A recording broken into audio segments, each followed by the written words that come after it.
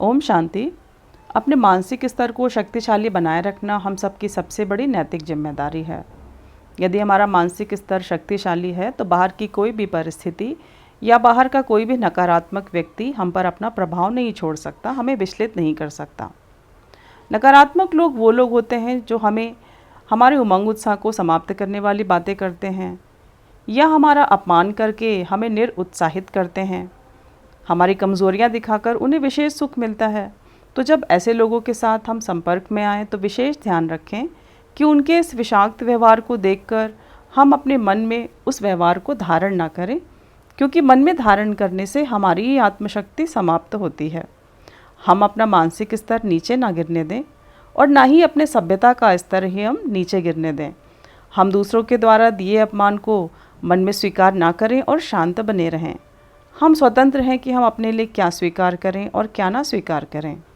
हम इस बात के लिए भी स्वतंत्र हैं कि किसी की भी बात का जवाब हम सभ्यता से दें या दूसरे की तरह ही असभ्य होकर दें।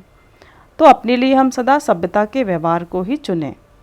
ईश्वर अपने हर बच्चे को सिर्फ सम्मान ही देते हैं, तो हम भी स्वयं को सम्मान देते हुए अपने व्यवहार को ना बिगाड़ें और शांति के साथ अपमान को सहन करके समाप्त कर दें।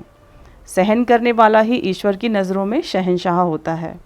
अगर कोई हमारा अपमान करके स्वयं संतुष्ट हो सकता है तो हम ईश्वरीय प्रेम में अपमान को सहकर दूसरों को संतुष्टता दें। संतुष्टता देने वाला व्यक्ति स्वयं सदा संतुष्टता जैसे दैवी गुण से भरपूर रहेगा और बात भी नहीं बढ़ेगी। इस तरह अपमान को सहन करते हम मन में दूसरे के लिए घृणा या क्रोध का भाव भी ना रखें।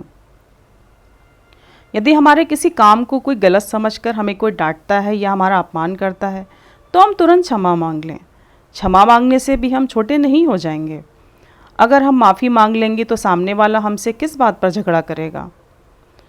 उसके पास लड़ाई करने का कोई मुद्दा ही नहीं रहेगा। सॉरी एक ऐसा शब्द है जो किसी भी बात को तुरंत समाप्त करने की शक्ति रखता है। इस तरह से हम स्वयं पर आत्मनियंत्रण करना सीखें।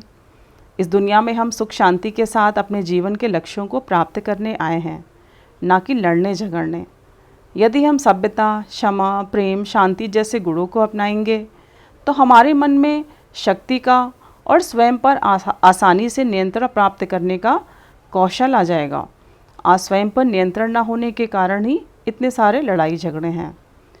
जिस ऊर्जा को हम सकारात्मक अच्छे कार्यों में लगाकर अपने जीवन को ऊंचा उठा सकते हैं, उसी ऊर्जा को व्यर्थ के लड़ाई झगड़ों में लगाकर हम अपना समय और ऊर्जा क्यों व्यर्थ करें?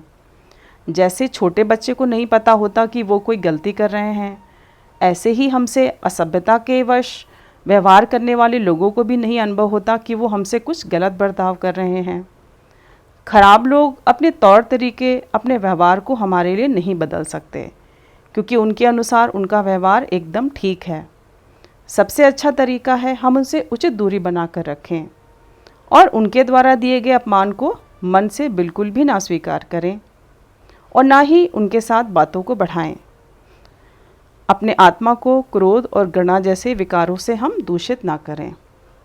यदि क्रोध और घृणा को हम धारण कर लेंगे तो इसके वश में होकर हम दूसरे से बदला लेने की भी कोशिश करेंगे, जो कि अगर इस जन्म में ना पूरी हुई तो अगले जन्म में, अगले जीवन में हमको इसी बदले की भावना के साथ जन्म लेना होगा, जिससे ये जीवन भी व्यर्थ जाएगा और दूसरा भी व्यर्थ ही जाएगा।